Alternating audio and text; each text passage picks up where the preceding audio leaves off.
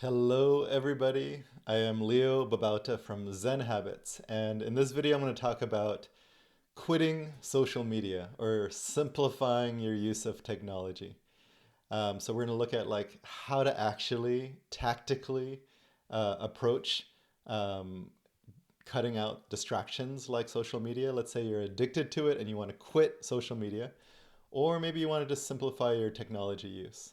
So this comes from a couple of questions that you all submitted. I actually have a list of all the different topics that you've submitted. If you have other topics you'd like me to take on, just post it into the comments. I take every suggestion and put it onto a list. So I'm looking at the list right now, and one of the comments said, talk us through giving up or lessening social media use. I feel like I'm white knuckling it, which is like, oh, just kind of like forcing myself through it. And I'm thinking about it way too much. Any tips on how to get through the initial withdrawal period? So that's a really good question. Then I had another question, another comment that said, I remember your posts on, on my Zen Habits blog helping me to simplify my use of tech back then. In fact, I was able to eliminate technology completely for a few years. Today, that just doesn't seem possible. I need to use Zoom to talk to people. I use Uber to get around. I can't get away from technology. I love to hear your tips on how to be a digital minimalist in today's world, especially in a world where everybody has to have a personal brand in order to get on. Okay, great. So this is they're related questions, right? Digital minimalism and then quitting or lessening social media use. So I'm going to talk about both of those here in this video. So let's first talk about digital minimalism, then we'll get to the first question about quitting social media. So first of all, technology is not inherently bad, right? So we need technology. I'm recording on a computer right now, putting it to YouTube. You're watching YouTube. This is a good interaction, I think. This is actually a good use of technology. I do coaching calls through my phone or on Zoom. I do, webinars on Zoom. Um, and so these are good uses of technology. I write on computers and push it out onto the internet in different ways. I post those writings and videos and my podcast to different social media platforms from uh, Facebook and Twitter to Instagram and LinkedIn and you name it. So I push them there, and so social media in that way is actually a good thing. It's disseminating information that can really improve your life, is in my opinion, right? So technology isn't bad, and using Uber to get somewhere, not a bad thing. Using DoorDash to order some food, not necessarily a bad thing. The problem becomes when we overdo it, when it starts to become a distraction that keeps us from doing something meaningful in the world, when it starts to become a comfort that we rely on as a crutch, or when it overwhelms us in a way that isn't mentally helpful. You can have people, kind of feeling like mentally fried or down because of social media use, right? So if you're like looking at Instagram or TikTok and, there's beautiful people on there who you're comparing yourself with, you might start to feel bad about yourself. Maybe people have amazing lives and you don't.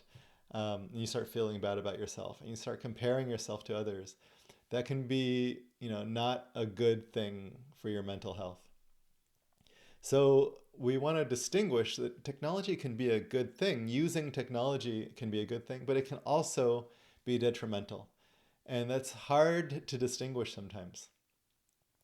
So as I talk, the first thing that I want to encourage you to do is distinguish what are the good uses of technology for you and which ones are, not helpful in your life right now. Now, maybe later you decide, oh, I want to, post to TikTok and form a TikTok brand. Great. But right now, maybe TikTok, I'm not trying to pick on that particular social media, but let's say TikTok is not a positive thing for you in this moment. So that would be on the list of like unhelpful ones. And then the other list is ones that actually you are happy using. So make a list, two lists, and start to evaluate, be conscious about your use of technology. So let's say you have some positive ones. So for me on my phone, for example, I have a note-taking app that I really like. I have an email app that really helps me. Um, I have, what else do I have on there that really helps? A calendar app, um, a browser, messaging app. So I have things that I think are really helpful. And then, you know, from time to time, I have apps on there that are not helpful to me. They're distracting and pulling my attention. Oh, I have book reading apps. I love reading books on my phone. It means that I have a book with me everywhere I go. And so I'm just like I'm waiting in line at the grocery store. I can look at my phone and read a book. Uh, at the doctor's office, sit there and read a book. So I like I like certain things on my phone, and then other ones I'm like, oh man, I used Reddit to like research something, and then I started subscribing to different subreddits, and then all of a sudden, like I'm looking at it 10 times a day, and I'm like, that's not actually helpful to me. I'm using it as a distraction. So I delete that app from my phone. I don't have Instagram or TikTok on my phone. I don't have Facebook on my phone. I don't have Twitter. Um, what else is there? I don't have LinkedIn. So I don't have these apps on my phone. For you, it might be YouTube or Netflix or Hulu or something like that. So I delete them if they're not helpful. Now, I could still access them, but I would have to go to my computer and do it. So let's say it's your computer and you're like, I'm always on Reddit. So for those, I would use a site blocker. And there's a number of them. So just research site blockers. I'm not going to recommend them. And I'm not even up to date on the latest ones. The ones I remember researching were things like Freedom and I can't even remember the other ones. There's like a few different really popular ones. So research it, but site blockers. You want to block websites. And you could block them from, for certain times and only allow them, let's say, from 6 to 7 p.m. So that's what I would recommend is delete the apps that are not useful and, use websites, but then block the websites if they become too distracting. There are even ones where you need to have a password in order to change it. So to unblock it, you would need to have a password. And so for those, if you are not reliable to stop yourself from changing it, then have someone else create the password for you. So they know the password and you don't, and then you have to ask them to actually change it if you need it. So I think that's a way around it. I remember at one point I was trying to write, and in order to do that, I would unplug my internet. But then I would be like, oh, I'm going to plug it back in and like go and do some kind of distraction. So what I did at the time, this is 15 years ago. At the time, I actually unplugged my router from for the internet and gave it to my wife, and I said, "Don't give me this until I finish writing." That doesn't work now because I have adult children and my wife who need the internet, and so I can't just unplug the internet. But I could have an internet blocker that blocks access to the internet if I wanted to write a book. And I could have a password to that blocker that I could give to my wife. Okay, so what I'm really encouraging here is a conscious use, a conscious decision of what technology helps you and what doesn't. How do you want your digital life to be? Um, and then, what's actually mentally helpful for you and what's unhelpful? And then use some way to block yourself from them. Okay, so let's say you decide social media is not helpful to me and I want to quit. So the first question that I posed that I read from was, how do I actually quit? Because I'm, what was it, white knuckling it. I'm thinking about it way too much. Any tips on how to get through that initial withdrawal period? Okay, so let's say you delete the apps on your phone and you use a site blocker, and let's say you even tell someone, um, create a password for this site blocker and I can't actually access it without asking you, and don't give it to me for the rest of the next 2 months. And then maybe on your phone you're like, I'm just going to reinstall it on the App Store, so I'm going to change my password to the App Store and give that password to someone else. I don't know the password, so even like having to reinstall it on your phone, you'd have to ask someone. So I think that's a good way. Create some kind of moat where you don't actually have access if you are likely to reinstall it. Now, maybe you aren't, so you don't need to give the password to someone else. But if you are likely to reinstall it, give the password to someone else. Okay, now, how do we get through that initial withdrawal period? So, yeah, in the beginning, there can be a lot of difficulties. I just did a video on quitting smoking. And for quitting smoking, I had urges. And I'm like, like there's, I really want to. And the urges in the past were um, like commands that I had to do it. And so what I learned to do was a thing called urge surfing. So I talked about that in the quit smoking video, but I'll kind of rehash it here. Urge surfing is noticing that I have an urge right now to go check social media. Really want to look at TikTok. Okay.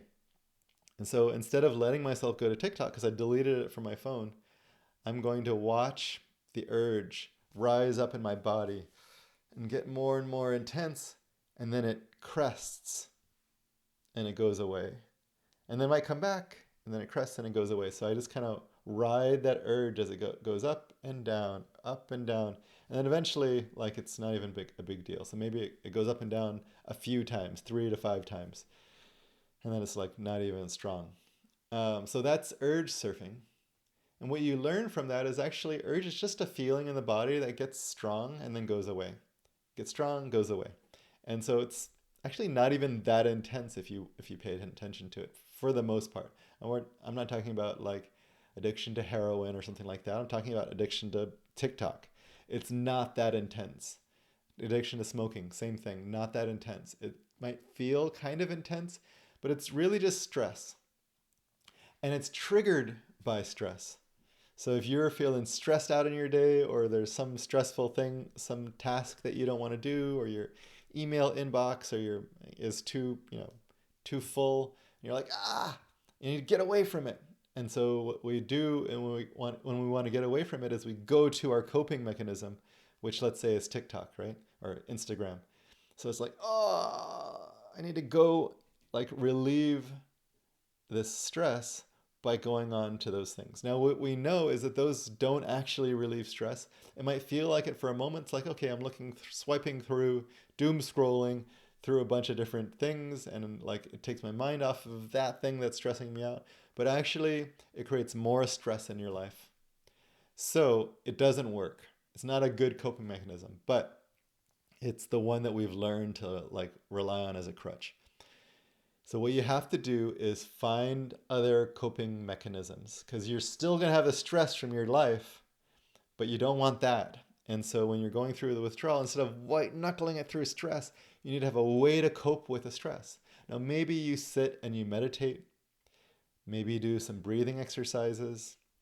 Maybe you go for a walk. Maybe you do some push-ups.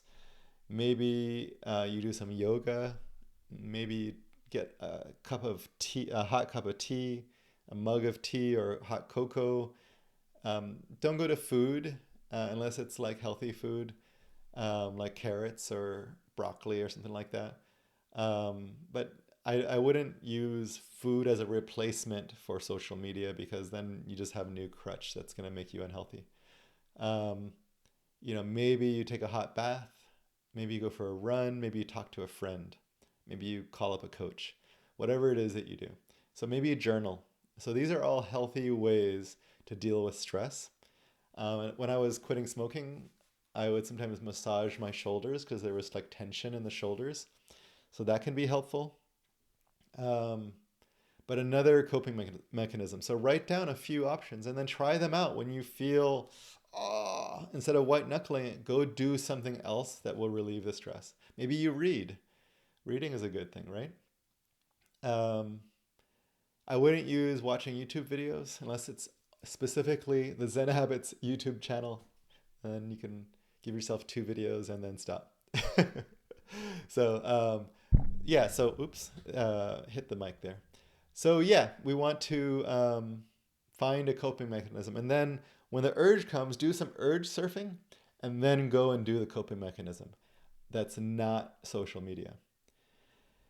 Have some accountability as well. So tell someone else each day, how did you do? What did you do to cope instead? So give them like a quick message or an email. Call someone every single day. That can help. It doesn't have to be calling, it could be messaging, but one or the other. Have someone who you're reporting to and letting them know. And they might do the same for you for whatever they're trying to quit. Another thing that's really important is to have something that's rewarding. So maybe the coping mechanism itself is rewarding. Maybe you really like going out for a run or a walk. Maybe you like talking with a friend. Maybe you enjoy journaling or meditating or having that hot cup of tea.